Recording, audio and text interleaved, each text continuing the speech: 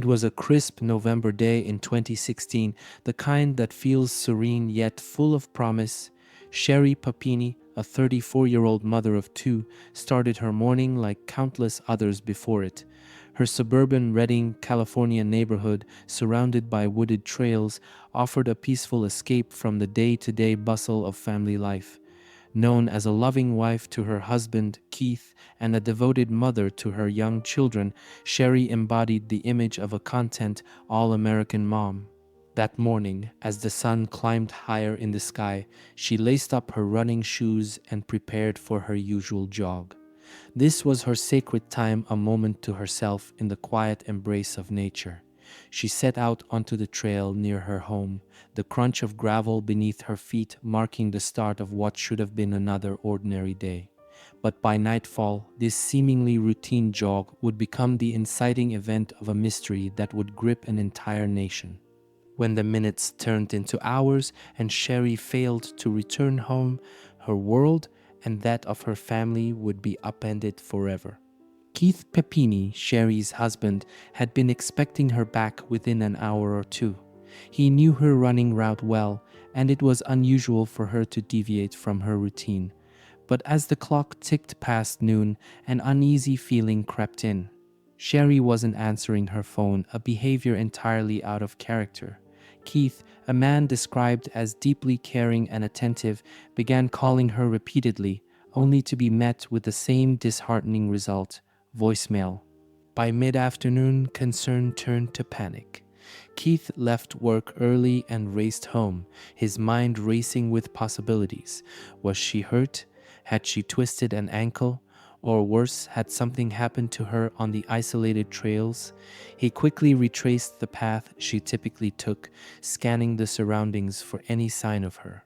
Then, near the intersection of Old Oregon Trail and Sunrise Drive, Keith found something chilling: Sherri's cell phone lying abandoned on the ground. The earbuds were still attached, tangled as if ripped from her ears in a struggle.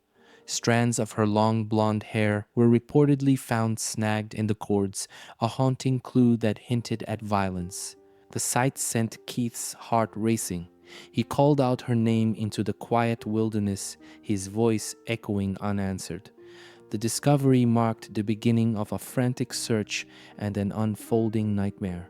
By the evening of Sherri Papini's disappearance, the news had begun to ripple through her small Northern California community. Redding, a quiet and picturesque town nestled amid forests and hills, was not accustomed to such alarming events. Word spread quickly, and soon the streets were dotted with flyers bearing Sherri's smiling face. The words "missing, Sherri Papini" stood out in bold letters, alongside descriptions of her last known whereabouts. Neighbors, friends, and even strangers mobilized to form search parties, scouring the wooded trails and surrounding areas for any sign of her. The tranquil beauty of the region now felt ominous, its dense foliage and winding paths seeming to hide secrets. Helicopters hovered overhead, their searchlights slicing through the night, while volunteers on foot called out Sherri's name into the silence. As days passed, the town's unease deepened. Parents held their children closer, and residents locked their doors with a newfound vigilance. The idea that someone could vanish so suddenly in broad daylight rattled the community to its core. Speculation began to swirl. Was there a predator stalking the trails? Could Sherri have been targeted? Fear and uncertainty gripped the town, transforming it into a hub of anxiety. Redding's close-knit nature meant that nearly everyone felt the weight of Sherri's disappearance. Local businesses displayed her flyer in their windows, and candlelight vigils were held to pray for her safe return. But as the days dragged on without answers, hope began to waver, and the shadow of suspicion grew longer.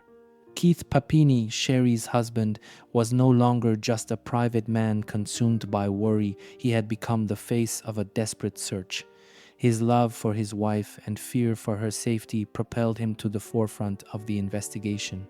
When search efforts alone failed to bring answers, Keith made a public appeal for help, stepping into the spotlight to share his anguish with the world.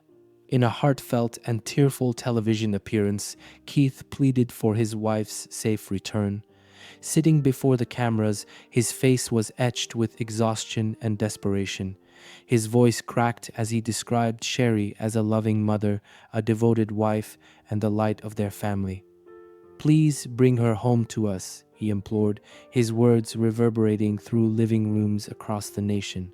The emotional rawness of his plea struck a chord with viewers, igniting a wave of national attention. Social media lit up with hashtags like #FindSherri, and her story began dominating headlines. News anchors speculated about the mysterious disappearance, replaying Keith's emotional plea alongside footage of search teams combing the rugged terrain. For many, Keith became a symbol of unwavering hope amidst despair. Yet, as the media frenzy intensified, the scrutiny on him grew as well. Internet sleuths and armchair detectives began dissecting his every word and expression, questioning his motives and wondering aloud if he knew more than he was letting on.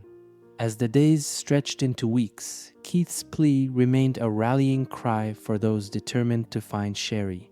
But behind the public displays of determination, whispers of doubt and unease began to creep into the narrative, adding another layer of tension to an already harrowing mystery.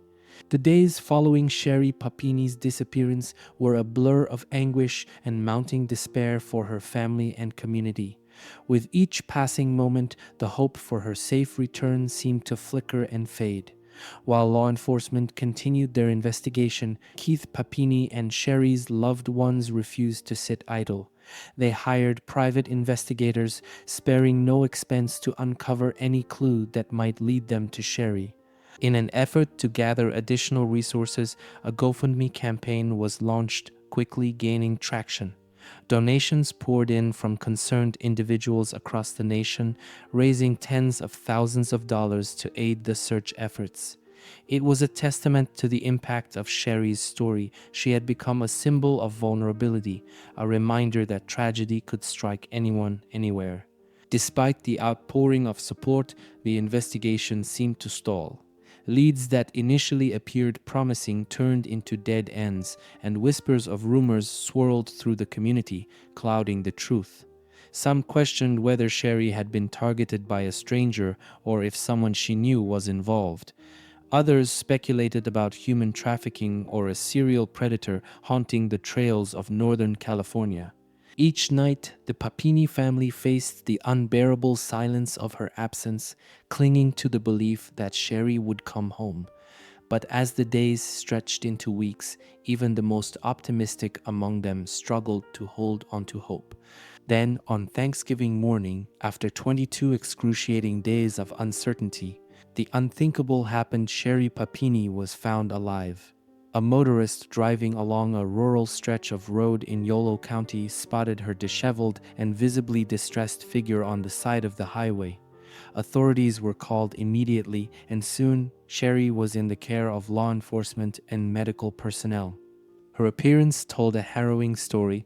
She was battered and bruised, her body marked by cuts and abrasions. Her wrists and ankles bore evidence of restraint, and a chilling detail sent shockwaves through investigators. Sherri had been branded, a mark that seemed to reinforce her claim of abduction. When questioned, Sherri recounted a horrifying tale.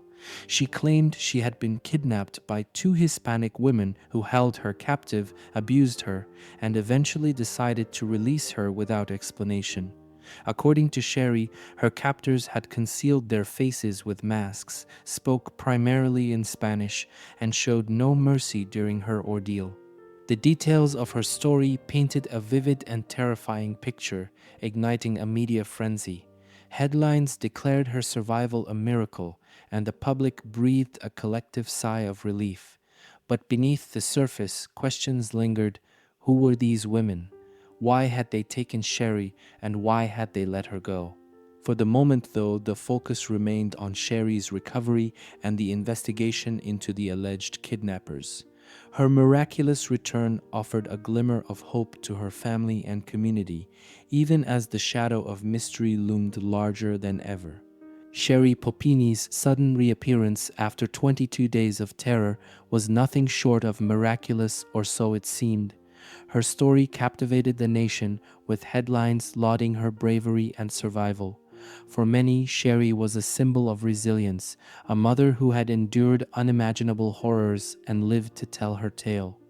The branding on her skin and the visible injuries she bore appeared to validate her account of abduction and abuse. But beneath the surface of relief and celebration, unsettling questions began to bubble. The brutality of her alleged kidnapping, combined with the bizarre circumstances of her release, left both investigators and the public puzzled. Why had the kidnappers let her go? Why had they branded her? And who were these mysterious women who had carried out such a heinous crime?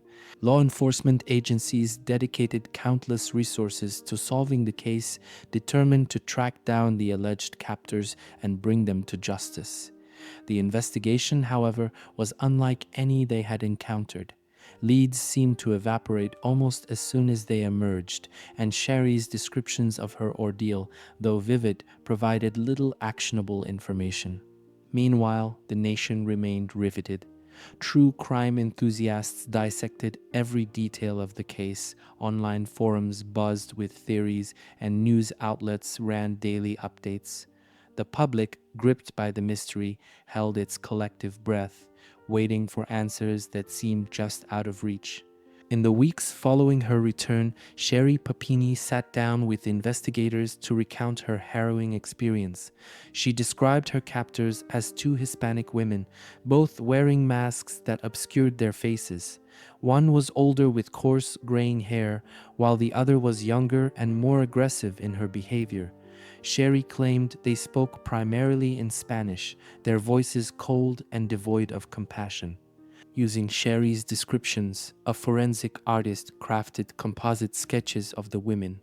The images depicted shadowy figures with no clear identities, but they were enough to send a ripple of anticipation through the public. The sketches were released to the media and circulated widely, plastered across news websites, social media, and even digital billboards in certain areas. The reaction was immediate. Tips flooded in from across the country, with people reporting sightings of individuals they believed matched the sketches. Law enforcement diligently followed up on every lead, but each inquiry seemed to hit a dead end. There were no credible suspects, no matches in databases, and no trail to follow. As the investigation stalled, frustration began to mount. While some continued to sympathize with Sherri and her family, others started to question the plausibility of her story. The lack of physical evidence, combined with the elusive nature of the suspects, sowed seeds of doubt among the public. For investigators, the composite sketches represented a tantalizing glimpse into the truth or an illusion crafted by the unknown. The question loomed larger than ever. Were these shadowy figures real, or was there more to Sherri's story than met the eye? In the weeks and months following Sherri Papini's dramatic return, the initial wave of relief and sympathy began to give way to skepticism. Investigators who had been tirelessly piecing together the puzzle of her alleged kidnapping started to notice troubling inconsistencies in her story. Sherri's accounts of her ordeal, while vivid, often shifted under scrutiny. Details that had initially seemed clear became murky upon further questioning.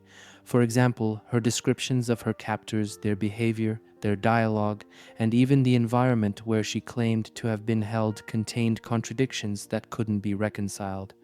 Investigators struggled to match her narrative with any physical evidence or patterns of known criminal activity. Compounding the doubts, forensic evidence collected from Sherri's body and clothing failed to corroborate her claims. Her injuries, though real, raised questions. Some appeared to be self-inflicted or inconsistent with her account of prolonged captivity and abuse. The branding on her skin, which initially shocked the nation, was examined more closely, leaving experts puzzled about its exact origin. The case seemed to teeter on the edge of two competing narratives, one of a mother who had survived a horrific ordeal, and another of a fabricated story hiding a deeper truth. Privately, some investigators began to suspect that Sherri might not be telling the full story. But without concrete proof, the case remained frozen in uncertainty, leaving both the public and her family caught in a web of doubt and confusion. The turning point came in 2020, nearly 4 years after Sherri's alleged kidnapping. Forensic technology, which had advanced significantly since the initial investigation, offered a crucial breakthrough. Investigators had collected DNA from Sherri's clothing during the original case, but it had not matched any profiles in law enforcement databases. Now, armed with improved techniques, they ran the sample again. The result was as shocking as it was unexpected. The DNA did not belong to any unidentified predator or alleged captor. Instead, it matched James Ray's Sherri Papini's ex-boyfriend. This revelation sent shockwaves through the investigative team and reignited public interest in the case. James Ray's, who had been largely overlooked during the original investigation, quickly became the focal point of law enforcement's renewed efforts. When confronted with the evidence, Ray's confessed to an astonishing truth. He had helped Sherri stage her disappearance. According to Ray's, Sherri had contacted him out of the blue, claiming she needed an escape from her life. Out of a lingering sense of loyalty or affection, he had agreed to help her. Ray's revealed that Sherri had spent the 22 days of her supposed captivity at his home in Southern California. She had deliberately injured herself to lend credibility to her story and crafted the entire tale of abduction to conceal the truth. This bombshell turned the case on its head, transforming it from a harrowing tale of survival to an elaborate and deeply troubling hoax. For investigators, the discovery of the truth was both a relief and a frustration. After years of exhaustive work and public scrutiny, they had their answers, but those answers only deepened the mystery of Sherri's motives. James Ray's, the man at the center of the shocking DNA revelation, was thrust into the spotlight as investigators delved deeper into his connection to Sherri Papini. When confronted by law enforcement, Ray's didn't hesitate to share his side of the story, a tale that was as baffling as it was revelatory. According to Ray's, Sherri had reached out to him in the weeks leading up to her disappearance, claiming she was trapped in an abusive marriage and needed to escape. Her plea for help was urgent and emotional, pulling at the remnants of their past relationship. Ray's admitted he still harbored feelings for Sherri, and her desperate appeal compelled him to act. He revealed that he had driven to Northern California to pick up Sherri, whisking her away to his home in Southern California. During the 22 days she was reported missing, Sherri stayed at his apartment, where she remained out of sight and largely silent. Ray's claimed he had no idea of the media frenzy her disappearance was causing or the intricate web of deception she was spinning. Sherri reportedly inflicted injuries on herself during this time, a detail that Ray's found disturbing but did not question. When investigators pressed him about the branding on Sherri's skin, Ray's confessed that she had asked him to help create the mark, though he was unaware of its full purpose. It became clear that he had been a pawn in Sherri's elaborate scheme, unwittingly aiding her in faking her own kidnapping. For Ray's, the revelation of the chaos Sherri had caused came as a devastating blow. He had believed he was helping a woman in need, only to discover he had been manipulated into participating in one of the most infamous hoaxes in recent memory. With James Ray's confession and the damning DNA evidence, the facade of Sherri Papini's story began to collapse. Confronted by investigators, she could no longer maintain the narrative of her abduction. Bit by bit, the carefully constructed lies unraveled, exposing the truth beneath the sensational headlines. Investigators pieced together a web of deceit that spanned months of planning and meticulous execution. Sherri's injuries, which had initially lent credibility to her claims, were revealed to be self-inflicted. The branding on her skin, which had horrified the nation, was part of her staged performance. Even the supposed Hispanic captors, described in detail during her interviews, were nothing more than figments of her imagination. What had once seemed like a tragic case of abduction and survival now stood exposed as an elaborate hoax. Sherri had deceived her family, her friends, and an entire nation, wasting countless law enforcement resources and stoking fear and suspicion within her community. The revelation sent shockwaves through the public. Many who had once sympathized with Sherri now felt betrayed, their goodwill exploited for reasons that remained unclear. The case, which had gripped the nation with its twists and turns, now left a bitter taste as people struggled to understand why a seemingly happy wife and mother would orchestrate such a cruel deception. For law enforcement, the hoax represented more than just a waste of time and resources, it was a breach of public trust. The truth had finally come to light, but it left behind a trail of broken relationships, shattered reputations, and unanswered questions about Sherri's motives. When the truth about Sherri Papini's fabricated kidnapping came to light, the public's perception of her underwent a dramatic shift. What had initially been a story of resilience and survival was now viewed as a calculated and selfish deception. Sympathy for Sherri quickly dissolved, replaced by widespread outrage and disbelief. Social media platforms erupted with angry reactions. People who had once shared her missing posters and donated to the GoFundMe campaign felt betrayed. Why would she do this? Became the burning question on everyone's minds. For a woman who seemed to have it all, a loving husband, two young children, and a supportive community, the motive for such a cruel hoax was baffling. The backlash wasn't limited to online outrage. National news outlets dissected her story, turning her into a symbol of deceit and privilege. Experts in psychology and criminology speculated on her motives, suggesting possibilities ranging from a cry for attention to deeper mental health struggles. Meanwhile, those in her community expressed anger over the resources wasted during the frantic search for her, including law enforcement hours, donations, and emotional energy. Sherri's family was not spared from the fallout.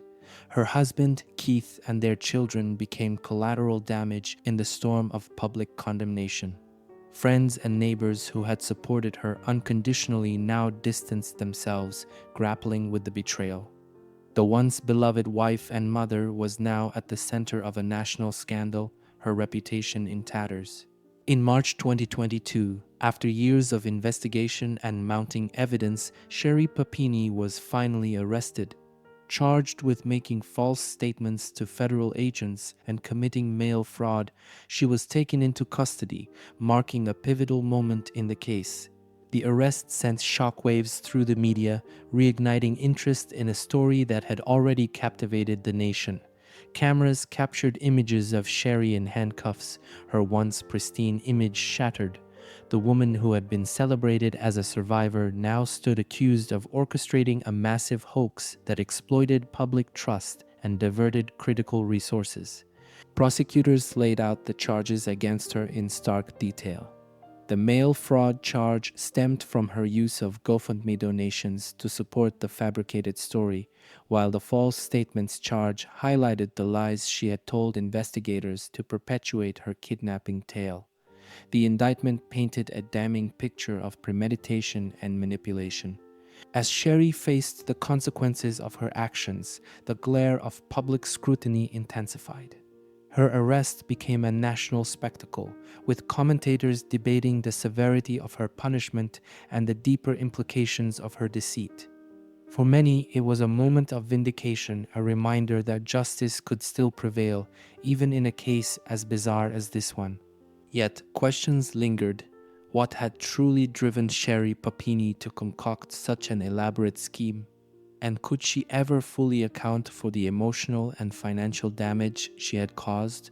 Sherri Papini's trial became a media sensation, drawing widespread attention as prosecutors and defense attorneys presented their cases. The courtroom, packed with journalists and onlookers, was the stage for a dramatic unraveling of the story that had gripped and later outraged the nation. Prosecutors wasted no time in laying out the evidence against Sherri. They meticulously detailed how her fabricated kidnapping had consumed valuable law enforcement resources, incited unnecessary fear within her community, and deceived her family, friends, and even the nation. The prosecutors highlighted the GoFundMe campaign that raised tens of thousands of dollars under false pretenses and emphasized the ripple effect her lies had caused. Search teams had been diverted from other pressing cases, while racial tensions had been stoked by her description of her alleged Hispanic captors. The defense faced an uphill battle. Sherri's lawyers attempted to portray her as a troubled individual, struggling with personal and psychological challenges. They hinted at underlying mental health issues that may have driven her to orchestrate the hoax, though no concrete diagnosis was presented. Efforts to elicit sympathy for Sherri largely fell flat, as the evidence of her premeditated actions painted her in an unflattering light.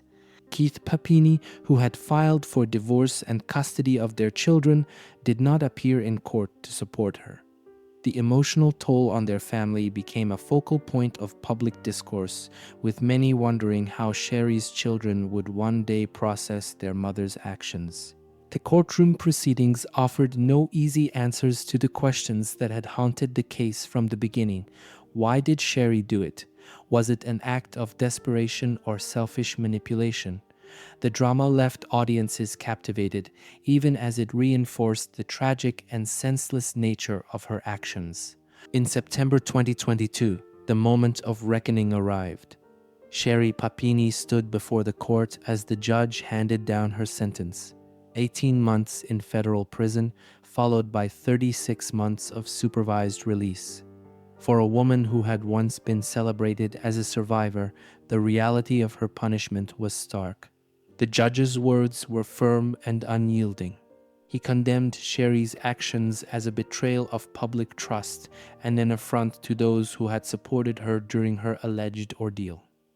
"This sentence must serve as a reminder," the judge said, "that those who exploit the compassion and resources of others for personal gain will face the full weight of the law." Sherri's lawyers requested leniency, citing her mental health struggles and the impact her incarceration would have on her children. But the judge remained resolute, emphasizing the calculated nature of her scheme and the widespread harm it had caused. As Sherri was led out of the courtroom, the weight of her choices became evident. Her sentence was not just a punishment for her crimes, it was a message to the public about the consequences of deception and the importance of accountability. For many, the sentencing brought closure to a case that had lingered in the national consciousness for years. But for Sherri, the road ahead remained uncertain. Her once idyllic life was gone, replaced by the harsh reality of federal prison and the lingering question of whether she could ever rebuild the trust she had shattered. The aftermath of Sherri Papini's hoax rippled through every aspect of her life, but nowhere was the damage more evident than within her own family. Her husband, Keith Papini, who had once stood by her side with unwavering support, was left to grapple with the enormity of her betrayal. In the wake of the revelations, Keith filed for divorce, citing irreparable damage to their relationship. He also sought full custody of their two children, determined to shield them from the fallout of their mother's actions. His court filings described a household fractured by deception, with Sherri's actions leaving an indelible mark on their children's lives. For Keith, the unraveling of Sherri's story was not just a public scandal, it was a deeply personal heartbreak. The woman he had once described as the love of his life had deceived him in ways he could never have imagined. The pain of discovering that her disappearance was not a kidnapping, but an elaborate lie left him questioning everything he thought he knew about their life together. Sherri, once the image of a devoted wife and mother, now found herself isolated. Friends and neighbors who had rallied around her during her disappearance distanced themselves, unable to reconcile the person they thought they knew with the woman behind the hoax. Her community, once united in hope for her safe return, now felt betrayed and resentful. The family that had once seemed picture perfect was shattered, leaving a void that no apology or explanation could ever truly fill. Sherri Papini's case became more than just a legal or moral dilemma. It became a psychological puzzle that fascinated experts and the public alike. What could drive a seemingly happy, suburban mother to fake her own kidnapping, inflict injuries upon herself, and manipulate her family, friends, and an entire nation? Psychologists and criminologists weighed in, offering theories that ranged from attention-seeking behavior to deeper, unresolved emotional struggles. Some speculated that Sherri might have been experiencing a psychological disorder, such as factitious disorder imposed on self, commonly known as Munchausen syndrome, where individuals feign illness or victimization to garner sympathy or attention. Others viewed her actions through the lens of escapism. Could Sherri have felt trapped in her life, yearning for an escape from the pressures of motherhood, marriage, or societal expectations? Her claim of wanting to flee an abusive relationship, though unfounded, suggested she may have been grappling with personal dissatisfaction or emotional turmoil. Experts also highlighted the calculated nature of her hoax, which suggested a degree of planning and self-awareness that was difficult to reconcile with purely impulsive behavior. Her decision to involve her ex-boyfriend, self-inflict injuries, and fabricate a detailed story of Hispanic captors indicated a complex mix of motives, including a potential need for control over her narrative and life circumstances. For the public, these psychological dimensions added a layer of intrigue to an already sensational case. The story of Sherri Papini was no longer just about a hoax. It was about the mysteries of the human mind, the societal pressures placed on women, and the lengths to which some might go to escape their reality. Even as experts debated her motives, one question lingered: did Sherri herself understand why she did it? Or was she, like everyone else, still searching for the truth within her own actions? The story of Sherri Papini's disappearance and the subsequent unraveling of her elaborate hoax has become a cornerstone of modern true crime storytelling. Documentaries, news specials, and podcasts have dissected every twist and turn, offering a range of perspectives from forensic breakdowns to psychological analyses. Her case has been featured in both sensational headlines and thoughtful examinations, reflecting its grip on the public imagination. Media outlets explored every angle of the case: the racial undertones of her fabricated captors, the emotional toll on her family, and the broader societal implications of a hoax that weaponized public compassion. Online forums buzzed with theories and debates, further fueling the fascination with Sherri's actions and their aftermath. Now, an upcoming docuseries promises to provide fresh insights, including Sherri's own on-camera interview. As the premiere date approaches, anticipation builds among true crime enthusiasts and casual viewers alike. Will Sherri offer genuine answers, or will her words raise even more questions? For a story so layered in deceit, the public remains eager to uncover what lies beneath the surface. As Sherri Papini prepares to tell her side of the story, the public is left with questions that may never be fully answered. What could have driven a seemingly content wife and mother to orchestrate such a convoluted and damaging scheme? Was it a cry for help, a desire for attention, or something more deeply rooted in her psyche? How will her children reconcile the mother they know with the woman who deceived so many? As they grow older, will they come to understand her motives, or will her actions remain a painful mystery in their lives? And what can society learn from a case that captivated and deceived the nation? Sherri's story is not just about one woman's actions, but also about the power of media, the complexities of human psychology, and the vulnerabilities in how we respond to tragedy. These lingering questions invite reflection and discussion. What would you have done if you had been in Sherri's shoes, or Keith's, or the community's? The truth may never be fully untangled, but the story serves as a stark reminder of the thin line between compassion and manipulation. What do you think drove Sherri Papini to such extremes? Is there more to her story than we've heard so far? Let us know your thoughts in the comments, and don't forget to like, share, and subscribe for more gripping true crime stories. The truth is out there sometimes, it's just waiting to be uncovered.